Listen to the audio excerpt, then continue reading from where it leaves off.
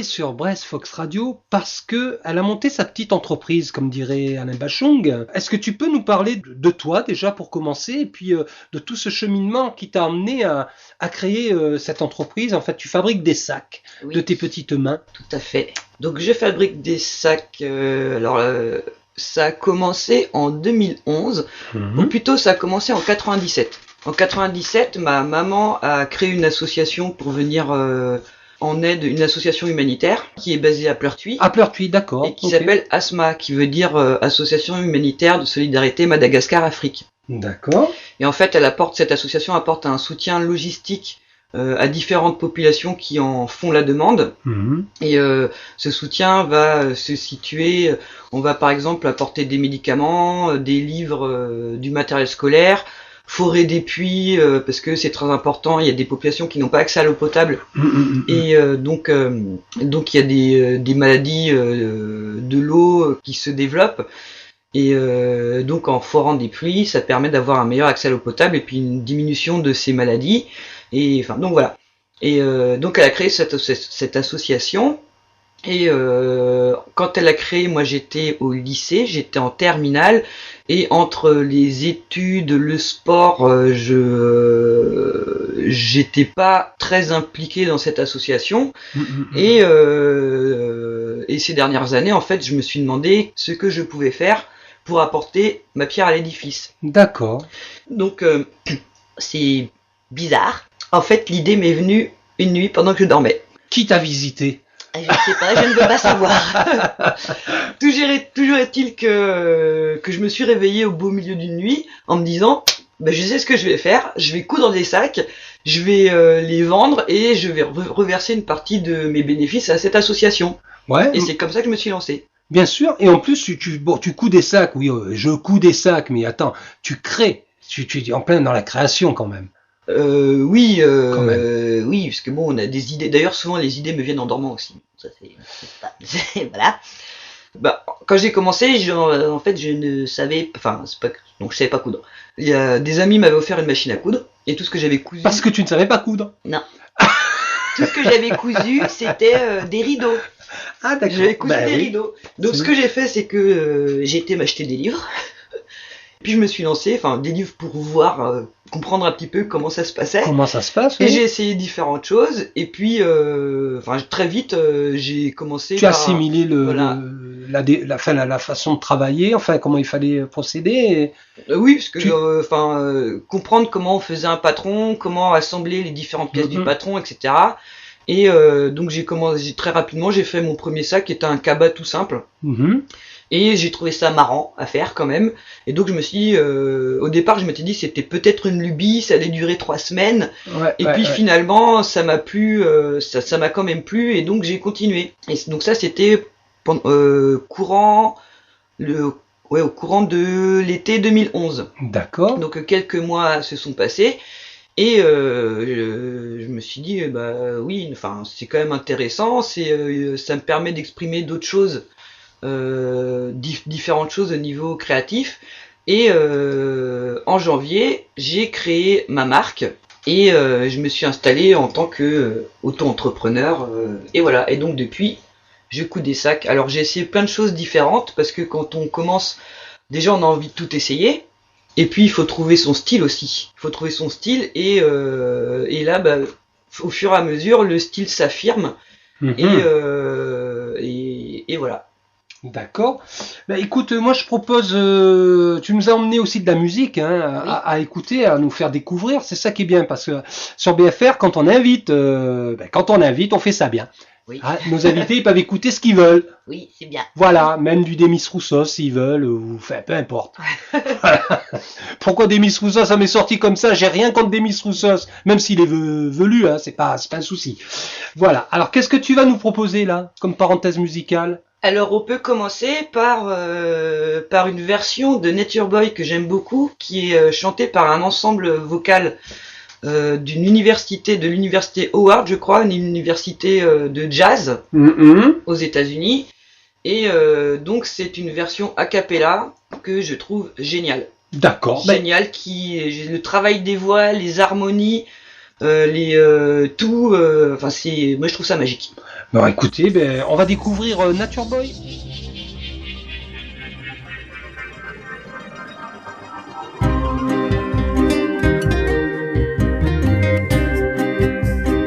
Rise Folks Radio.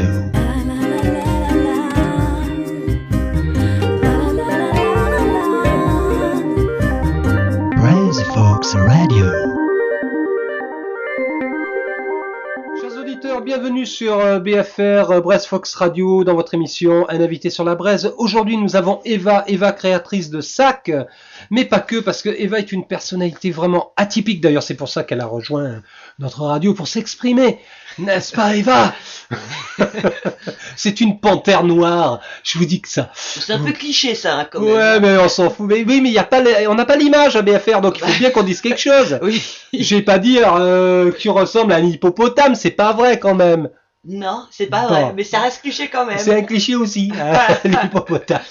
Voilà.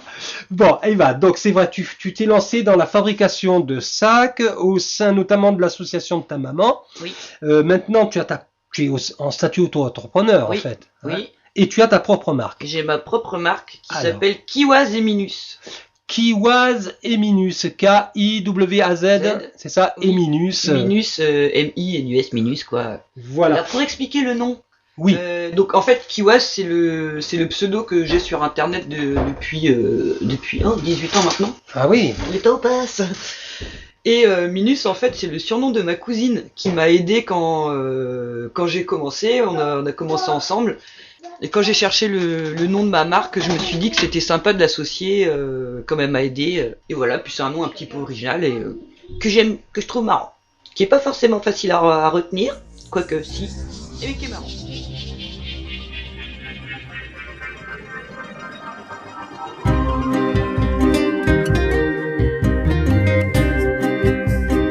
Rise Folks Radio.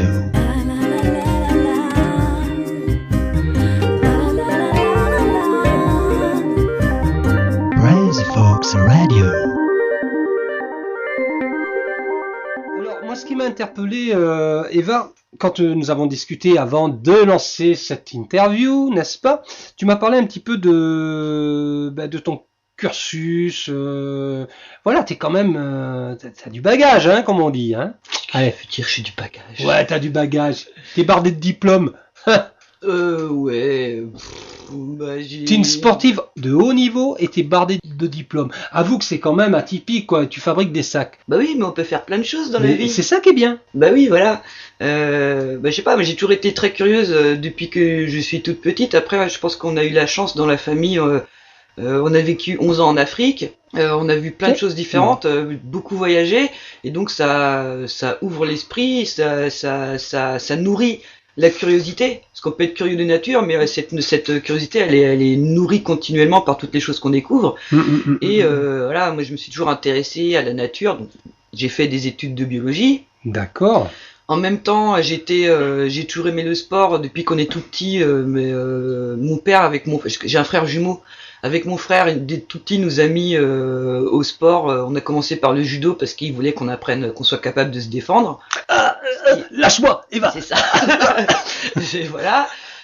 Et puis je crois, je me souviens, ça devait être les JO de 88 à Séoul. J'avais dû voir tomber par hasard sur la finale du 100 mètres. Et je me suis dit, c'est ça que je veux faire. Voilà. Je trouve ça, enfin, je suis tombé en amour devant ce sport et je me suis dit, c'est ça que je veux faire. Tu t'es mise à courir. Cours Eva. Pas encore à cette époque. Quand j'étais en 6e,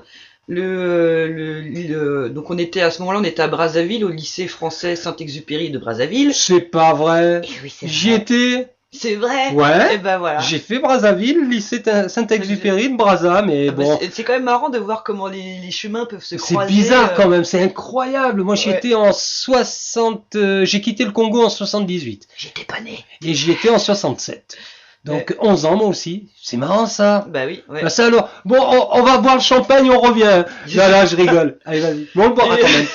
À l'occasion. Et donc, moi j'attendais impatiemment les cours de sport parce que j'adorais ça. Et ils avaient organisé une course dans le lycée pour tous les 6e et j'étais arrivé 3e de tout l'ensemble des 6e. Et première fille et troisième de l'ensemble. Donc j'étais assez fier de moi. Ouais, après tu me dis que je suis une panthère, c'est cliché. Tu parles, les panthères ça galope. Je suis une gazelle. Ouais, t'es une gazelle. Ouais. Et donc, quand on est revenu en France, on est allé au collège, au Bocage à Dinard. Et là, mon prof de sport, c'était Gérard Legrand. Peut-être qu'il se reconnaîtra. Coucou Gérard. Coucou Gérard, si tu nous écoutes. Voilà. Il a commencé à me dire, oui, tu devrais faire de l'athlé, tout ça. Et je dis, bah oui, pourquoi pas. Et donc, j'ai commencé à participer aux compétitions scolaires avec de bons résultats. Quand je suis arrivé au lycée, je me suis inscrite au CJF Saint-Malo. J'ai commencé à m'entraîner un petit peu plus sérieusement. Mais c'est surtout mon année de terminale où j'ai commencé à m'entraîner beaucoup plus sérieusement. Et voilà, quoi, j'ai continué à la fac. et j'ai j'ai eu j'ai fait une petite carrière d'athlète de haut niveau. J'ai voyagé beaucoup. Alors j'ai été plusieurs fois championne de France en saut en hauteur, à l'heptathlon et au pentathlon, plusieurs podiums aussi, 2e, 3e. Sympa. J'ai participé au championnat d'Europe junior à Riga en Lettonie. Alors si ça se trouve, je n'aurais jamais mis les pieds en Lettonie de ma vie si j'avais pas fait d'athlé. Grâce au sport, voilà. C'est fabuleux. J'étais en Australie aussi grâce au sport, j'étais aux Antilles. T'as croisé des kangourous? Oui, des kangourous, et des aborigènes. Non, parce qu'on était resté à Sydney. Ah ouais. Et d'ailleurs, c'était marrant comme voyage, enfin marrant. En fait, la Française des Jeux avait organisé en partenariat avec la Fédération Française d'Athlétisme une compétition dans toute la France et dans chaque interrégion plutôt. Et en fait, le premier prix, c'était un voyage de 4 jours à Atlanta pour les JO de 96. Malheureusement, alors je ne sais pas si vous vous souvenez, il y a eu un attentat. Et donc ils ont refusé de nous laisser partir.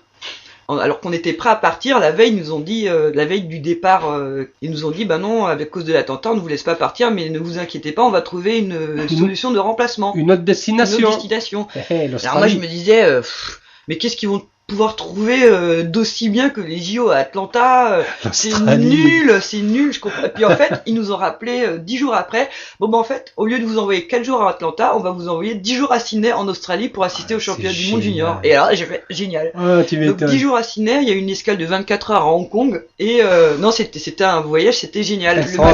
Le matin, on allait visiter Sydney, les parcs, les environs, on a été à l'opéra de Sydney. On a été se balader dans la baie de Sydney sur un grand bateau et l'après-midi on allait assister à la compétition. C'était super. Extraordinaire.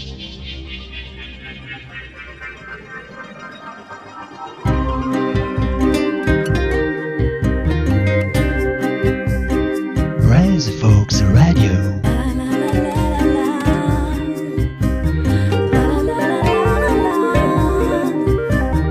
Brains Folks Radio.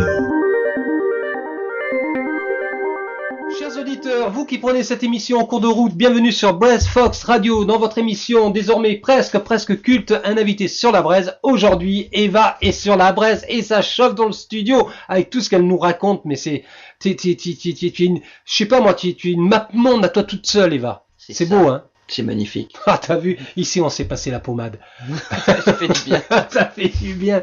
Oui. Qu'est-ce qu'on vient d'écouter, Eva? Au juste? Alors, on vient d'écouter une version instrumentale de Summertime par Rosinha de Valença, qui est une guitariste brésilienne et qui joue avec beaucoup de force et de délicatesse en même temps.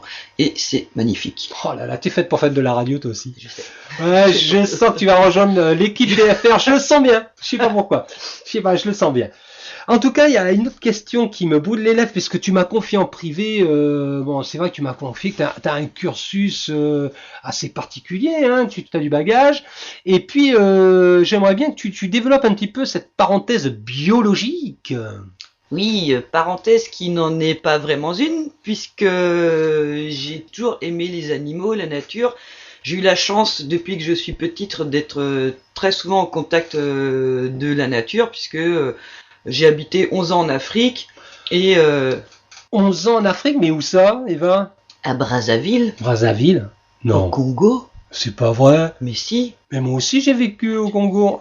Bon, elle l'a déjà dit, hein. Au Congo. Alors donc, à Brazzaville. à Brazzaville et donc voilà, on jouait tout le temps dans le jardin, on grimpait aux arbres. D'ailleurs, la maison dans laquelle on habitait, c'était à côté d'un hôtel et ils avaient un immense parc avec des cages avec des singes dedans. Sauf que les cages n'étaient pas fermées. Et où il y avait un trou, je sais pas comment les singes se débrouillaient, mais ils sortaient de la cage pour venir jouer dans les arbres de notre jardin. Ah ouais, carrément. Et le quartier, tu te souviens du quartier? Parce que j'ai connu Brazzaville. Alors la maison, elle était juste en face de l'ambassade américaine, de la maison américaine. La maison américaine. C'était le quartier des ambassades en fait. D'accord, c'était plutôt Bakongo ou Poto-Poto? À côté de la caserne des pompiers. Je m'en rappelle plus. Parce qu'on n'était pas à la même période. Bah non. D'accord, bon bah c'est pas très important. Mais c'était pas Poto-Poto et c'était pas Bakongo non plus. Ah bah c'était entre les deux alors. Voilà. Okay. Donc je me souviens d'ailleurs, il y avait un truc que j'aimais bien faire, c'était grimper. On avait un avocat. Je grimpais sur les branches de l'avocat. Et j'avais des petites jumelles et j'observais les oiseaux qui venaient se poser sur les pylônes électriques à côté. Ah ouais. Il y avait des cigognes, des machins comme ça et c'est vrai. ouais, voilà. Et bref, les flamboyants. Ouais, il y en avait pas là où on était, il y en avait pas. Enfin, dans notre quartier, il y en avait pas. D'accord, moi j'en avais par contre, tu vois. Mais le flamboyant est un arbre magnifique. Magnifique. Qui porte très bien son nom. Tout à fait. Voilà. Et donc, pour continuer, voilà, quand j'étais petite, je voulais être vétérinaire. Oui. Après, j'ai eu un prof de biologie quand j'étais au 3e au Bocage qui était génial, qui s'appelle Monsieur Sanson. Et donc j'ai découvert la génétique à cette époque et je me suis dit, bah plus tard je serai généticienne. Et puis je me suis dit, non en fait je vais pas être généticienne, je vais être ministre de l'environnement. Et puis donc les études ont continué, j'étais au lycée, j'ai eu mon bac. Et en sortant du bac, j'étais attiré par plein de choses, la musique, médecine, histoire de l'art. Et on me disait, comme je faisais du sport, tout le monde me disait, bah, pourquoi tu vas pas en fac de sport, etc. Donc j'étais en fac de sport. Finalement, ça ne m'a pas plu, et donc je suis retourné à mes premières amours. J'ai été à la fac de bio à Beaulieu, à Rennes, pour faire un master de biologie des organismes, études des écosystèmes et des populations. Passionnant. Voilà, oui, c'était génial d'ailleurs. Je n'en doute point. J'ai fait un mémoire sur les araignées. Oh. Sur la répartition et la rareté des espèces d'araignées en Europe de l'Ouest et en Afrique du Nord. Et c'est un sujet qui est super intéressant. Très bien, on pourra éventuellement faire une émission là-dessus. Je suis sûr qu'ils vont adorer. Ah non, c'était génial. Ah mais pourquoi pas? C'était génial, super intéressant. Et là, ça, je pourrais en parler pendant des heures. Et bref, après ça, j'ai été travailler à l'Espace des Sciences de Rennes pendant quasiment 2 ans. J'étais animatrice scientifique et je faisais des expériences devant le public pour expliquer ce qu'est la démarche scientifique. Et donc je me servais d'azote liquide ou d'un générateur qui produisait de l'électricité statique pour expliquer plein de choses. Et voilà. Et puis je me suis dit que j'avais pas assez de diplôme, donc je suis retourné à la fac. Et là j'ai été faire un master d'écologie spécialisé en environnement et droit. Et là tu étais une femme heureuse? Enfin, une jeune femme heureuse, comblée? Maintenant pas comblée, on n'est jamais comblé, on a toujours plein de choses à apprendre, plein de choses à découvrir. Elle est insatiable. C'est ça. C'est l'adjectif, hein? Ouais, c'est le mot. C'est l'adjectif. Très curieuse. Donc ça, c'était la parenthèse biologie. Oui. D'accord. Parenthèse, si on veut, parce que arrêtez là. Non, je compte toujours. C'est une partie de ma personnalité. C'est un côté qui m'intéresse énormément, et je compte toujours travailler là-dedans. Bien sûr, bien sûr. Tu as plusieurs cordes à ton arc, oui. Et plusieurs flèches dans ton carquois. Très bien. Qu'est-ce que tu nous proposes? On va faire une petite parenthèse musicale. Oui. À nouveau, mais c'est génial ce que tu m'as apporté comme musique, j'adore. Ouais. Alors là, c'est un petit retour aux sources. Nous allons écouter Salignolo, qui est une chanteuse camerounaise et qui va nous chanter son morceau Tam Tam. Je te remercie, Eva. À tout à l'heure.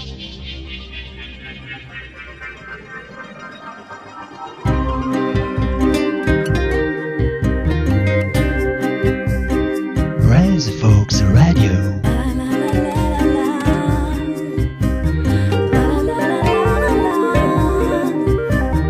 Res Folks Radio.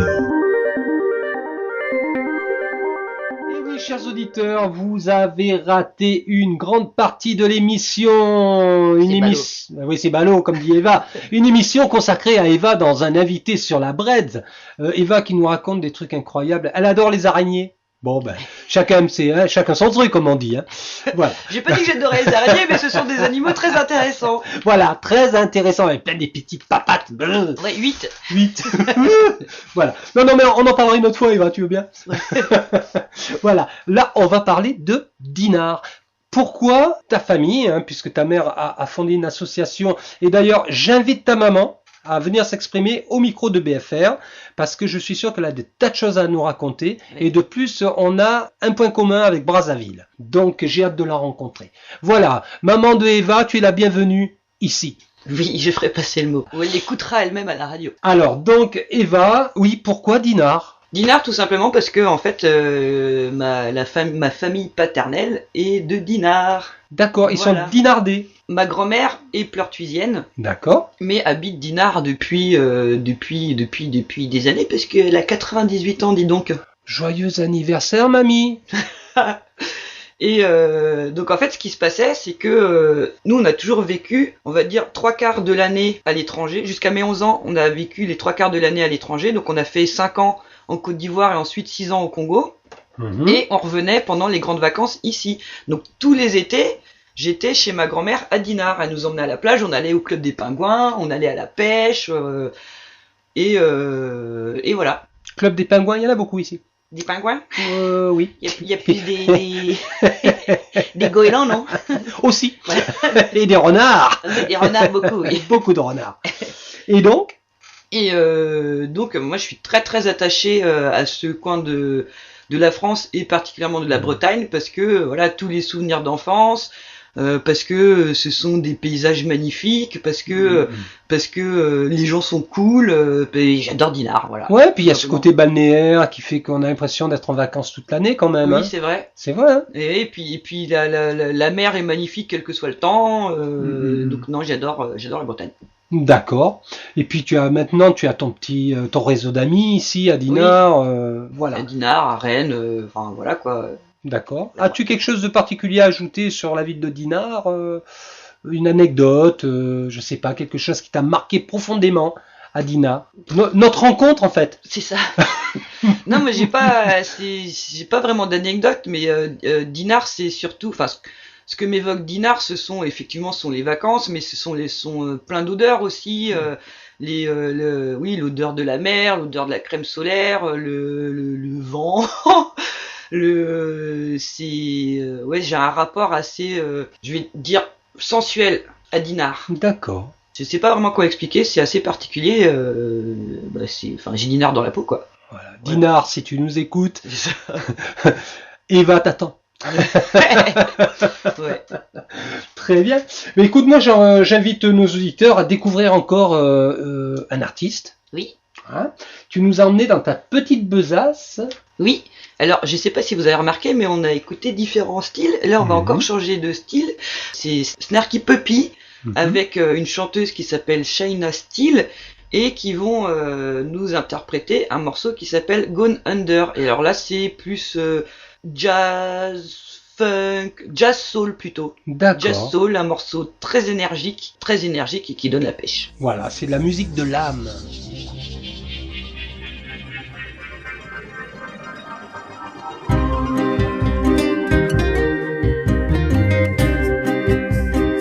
Rise Folks Radio.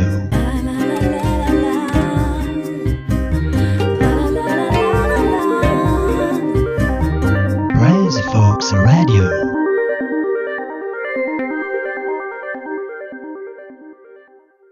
Et voilà, chers auditeurs, on arrive sur cette dernière ligne droite ou tortueuse, enfin c'est selon, on s'en fiche un petit peu. Tortueux c'est bien. Ouais, tortueux c'est bien aussi. Voilà. Ça évite l'ennui. Oh Eva a une voix, il faut que tu fasses de la radio Eva. Ouais.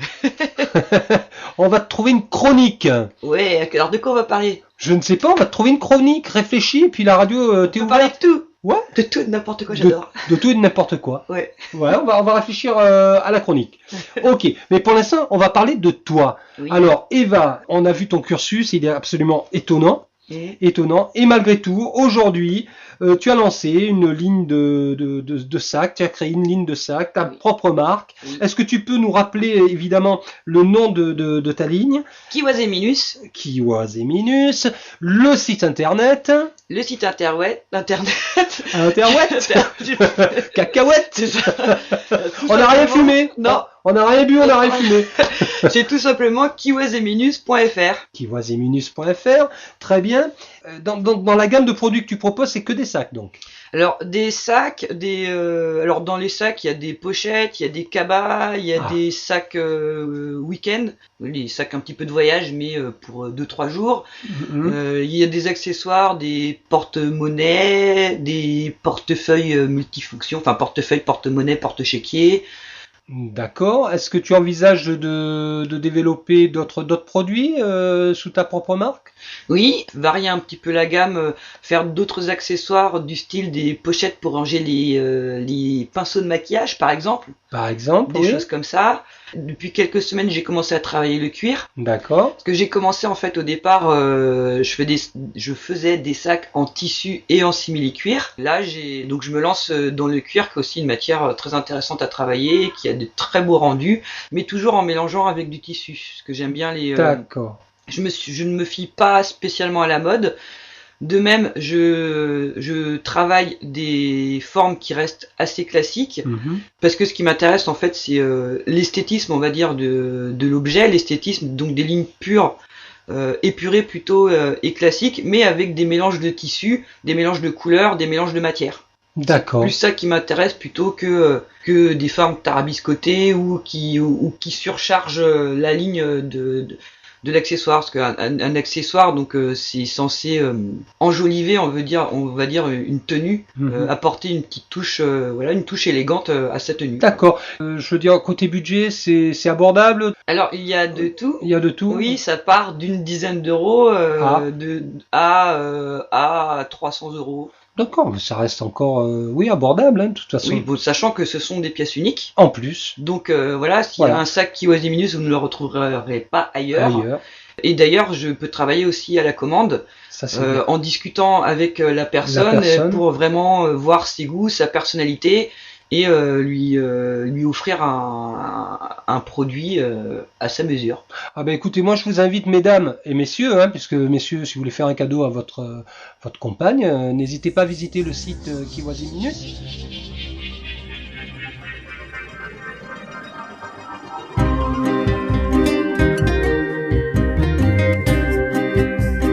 Res Folks Radio.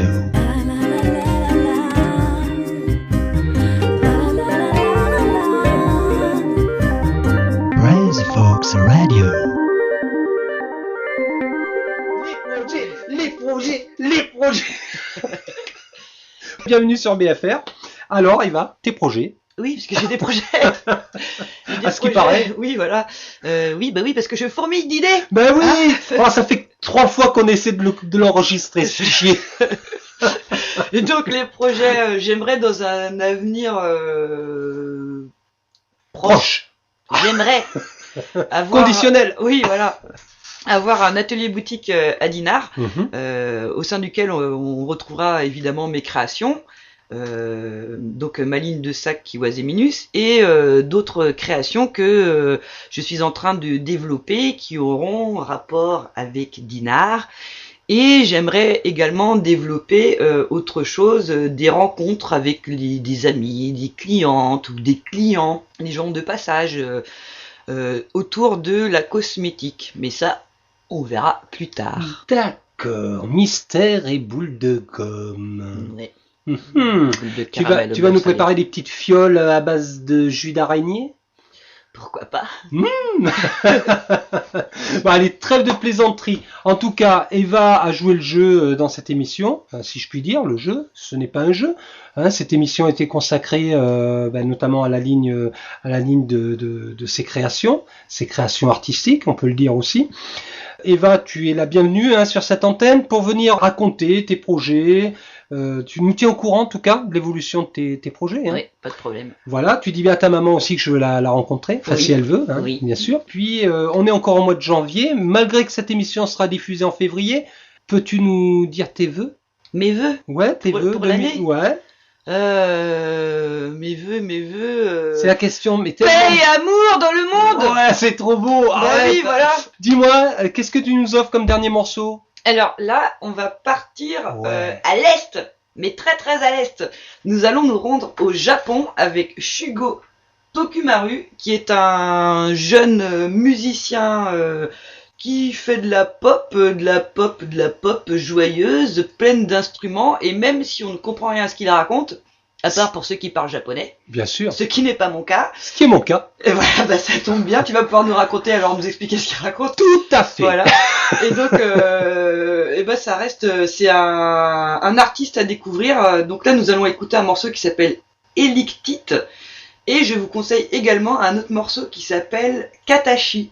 Je vous conseille également d'aller voir le clip de Katashi, qui est un clip réalisé tout en stop motion, qui est plein de couleurs, de vivacité et de bonne humeur, et en même temps qui diffuse un message universel qu'on ne comprend pas, mais qui rend heureux. Voilà. C'est magnifique, c'est magnifique. Je ne pouvais pas espérer mieux comme finale. Eh bien, si vous aussi, comme Eva, vous êtes dans la création, vous êtes un artiste ou pas, hein, vous avez envie de faire connaître votre activité, qui est un petit peu courageuse, on peut dire, parce que c'est courageux de ta part quand même de te lancer à l'heure actuelle dans une ligne, une marque de sac. Voilà. Donc vous êtes le bienvenu sur BFR pour venir vous exprimer. Il suffit simplement d'en faire la demande sur notre boîte mail brezfoxradio@yahoo.fr. Eh bien, je vous donne rendez-vous, je ne sais pas quand, parce que c'est ça la surprise sur BFR. On ne sait jamais quand l'émission arrive. Voilà. Donc au prochain, un invité sur la braise. Eva, je te dis à très bientôt. Bah merci et à bientôt. Super.